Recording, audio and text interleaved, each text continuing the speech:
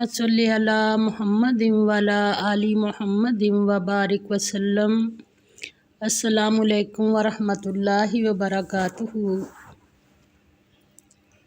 سورۃ الاعراف آیت نمبر 26 سے لے کر 31 تک۔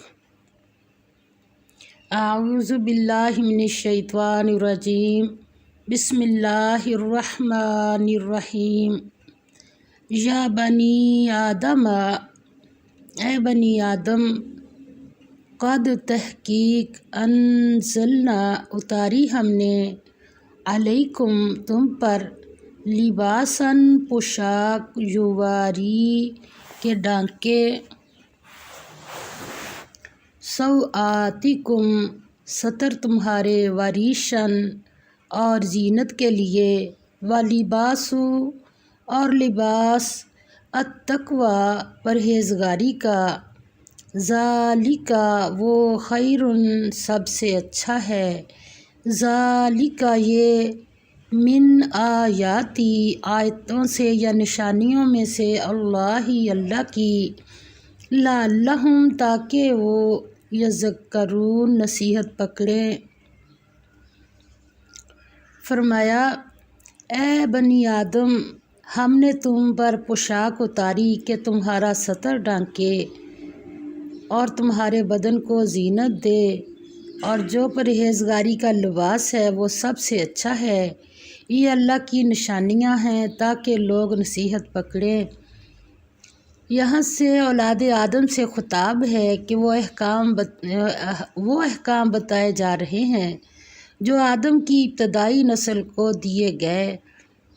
اللہ تعالیٰ نے زمین سے تمہارے لیے لباس کا سامان پیدا کیا، اس میں پوشش یعنی چھپانا جسم کو اور حفاظت بھی ہے، اور زیب و زینت بھی ہے، نیز اس نے دوسرا لباس تقوی کا بھی مہیا کیا۔ پہلا جسم کی حفاظت و زینت کا ہے، اور دوسرا روح کا۔ دنیا میں یہ سامان زیب و زینت اللہ کا بخشا ہوا ہے، بس دین کا تقاضا یہ ہوا کہ اس کو کام میں لایا جائے، نہ یہ کہ اس سے گریز کیا جائے۔ اللہ کی عبادت پورے سامان زینت سے آراستہ ہو کر کرو۔ آگے فرمایا یا بنی، اے اولاد آدم، یا بنی آدم، اے اولاد آدم، لا یفتننکم ہرگز نہ بہکائے تمہیں، الشیطان شیطان، کما جس طرح اخرجا نکلوا دیا، ابویکم تمہارے ماں باپ کو، من الجنتی جنت سے، ینزع اتروا دیا، عنہما ان سے، لباسہما لباس ان کا، لیریہما تاکہ دکھلائے ان کو، سوآتہما شرمگاہیں ان کی، انہ بے شک وہ، یراکم دیکھتا ہے تمہیں، وقبیلہ اور قبیلہ اس کا، انہ بے شک وہ،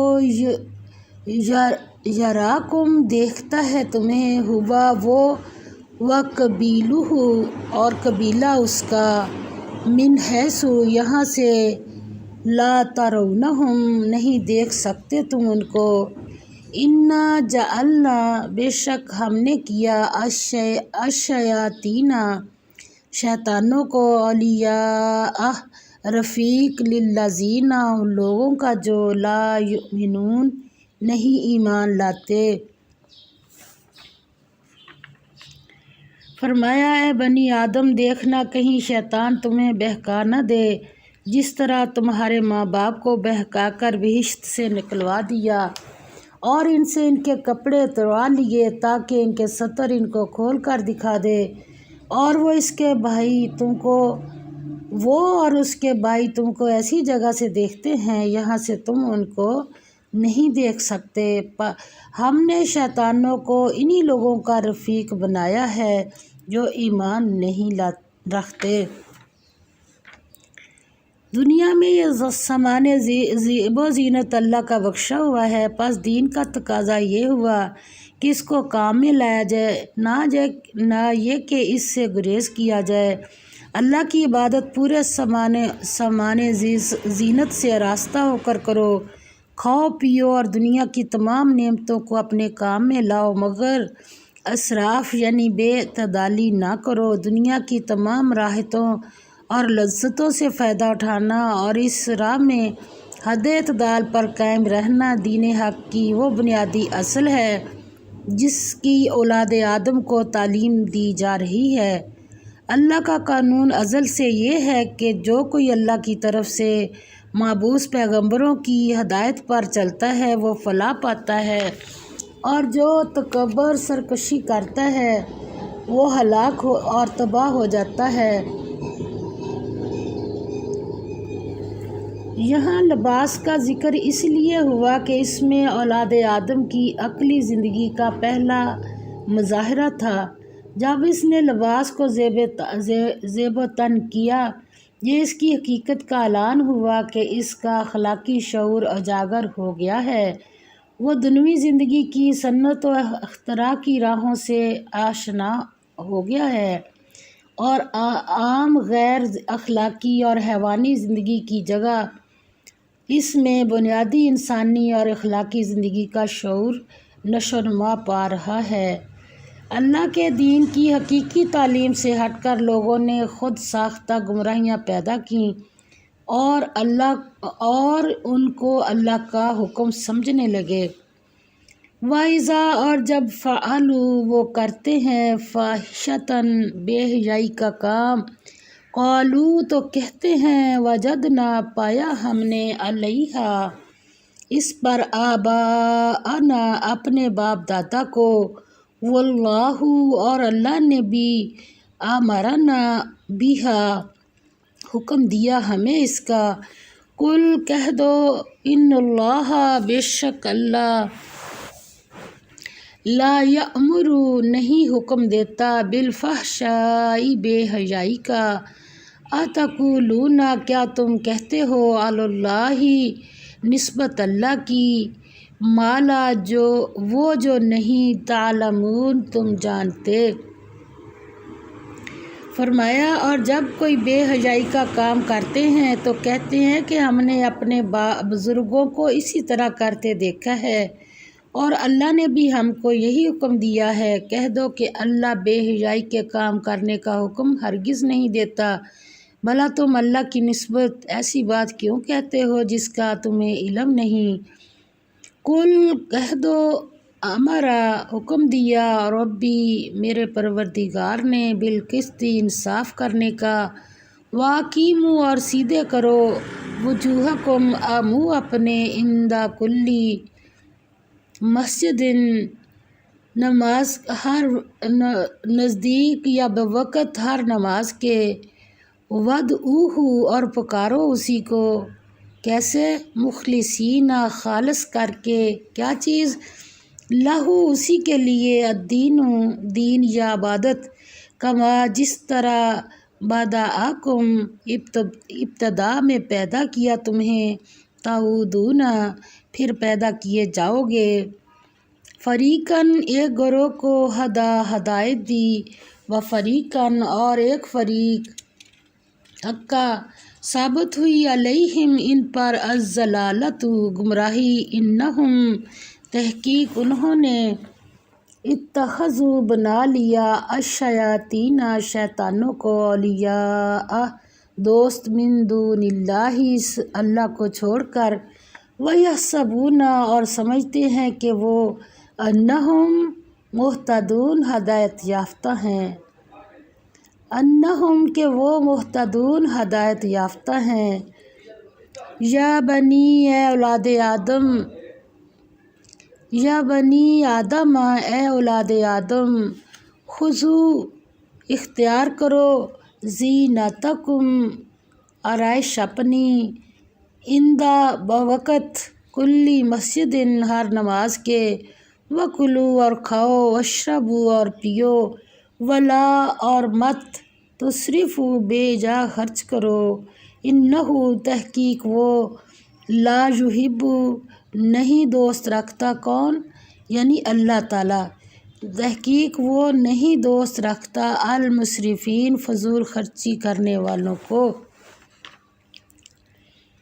فرمایا اور جب کوئی بے حیائی کا کام کرتے ہیں تو کہتے ہیں کہ ہم نے اپنے بزرگوں کو اسی طرح کرتے دیکھا ہے اور اللہ نے بھی ہم کو یہی حکم دیا ہے۔ کہہ دو کہ اللہ بے حیائی کے کام کرنے کا حکم ہرگز نہیں دیتا، بھلا تم اللہ کی نسبت ایسی بات کیوں کہتے ہو جس کا تمہیں علم نہیں؟ کہہ دو کہ میرے اب جو اللہ نے کام کرنے کا حکم دیا وہ یہ ہیں، کہہ دو کہ میرے پروردگار نے انصاف کرنے کا حکم دیا ہے اور یہ کہ ہر نماز کے وقت سیدھا قبلہ کی طرف رخ کیا کرو اور خالص اسی کی عبادت کرو اور اسی کو پکارو۔ اس نے جس طرح تم کو ابتدا میں پیدا کیا تھا اسی طرح تم پھر پیدا ہوگے۔ ایک فریق کو تو اس نے ہدایت دی اور ایک فریق پر گمراہی ثابت ہو چکی۔ ان لوگوں نے اللہ کو چھوڑ کر شیطانوں کو رفیق بنا لیا ہے، رفیق شیطانوں کو بنایا اور ساتھ کیا، اور سمجھتے یہ ہیں کہ ہدایت یاب ہے۔ اے بنی آدم، ہر نماز کے وقت اپنے تئیں مزین کیا کرو اور کھاؤ اور پیو اور بے جا نہ اڑاؤ۔ کیوں نہ اڑاؤ کہ اللہ بے جا اڑانے والوں کو دوست نہیں رکھتا۔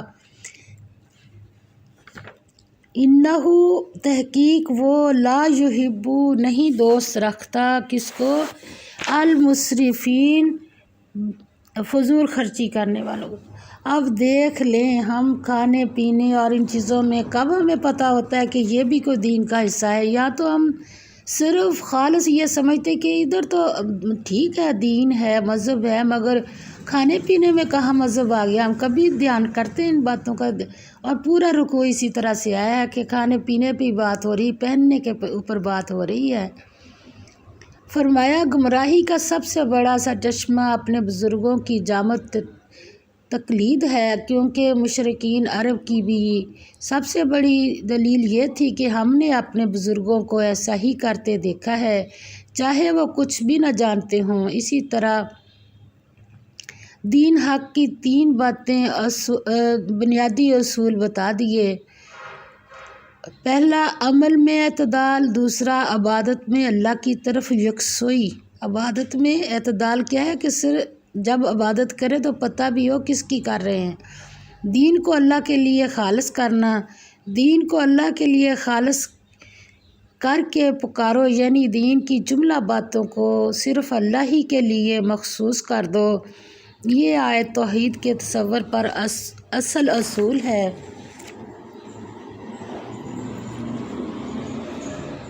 وآخر دعوانا الحمد للہ رب العالمین۔ جو کچھ پڑھا ہے اللہ تعالیٰ اس کے اوپر ہمیں عمل کرنے کی توفیق عطا فرما دے۔